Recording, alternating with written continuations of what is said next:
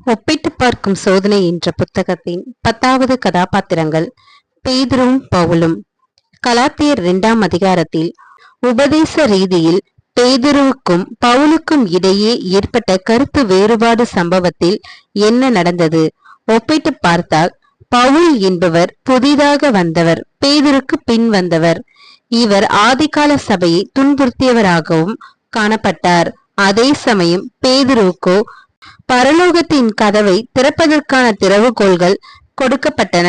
அதாவது சபை ஆவதற்கான பரம அழைப்பினை முதலில் யூதருக்கும் பின்னர் புறஜாதிகளுக்கும் கொடுக்கும் வாய்ப்பு பேதுருவுக்கு கொடுக்கப்பட்டது. இருப்பினும் புறஜாதியாரை யூதர் முறைமையாக நடக்கும்படி கட்டாயம் பண்ணுவது பற்றிய இந்த விவாதத்தில் யார் சரியான தரப்பில் காணப்பட்டார்?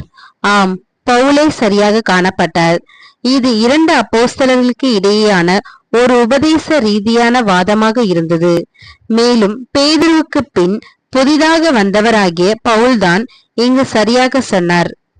பவுலின் நிலைப்பாடு நமக்கு தெரியும். ஆனால் இங்கு வரும் ஒப்பிட்டு பார்க்கும் சோதனையில் பேதுருவின் மனப்பான்மை என்னவாக இருந்தது பாருங்கள்.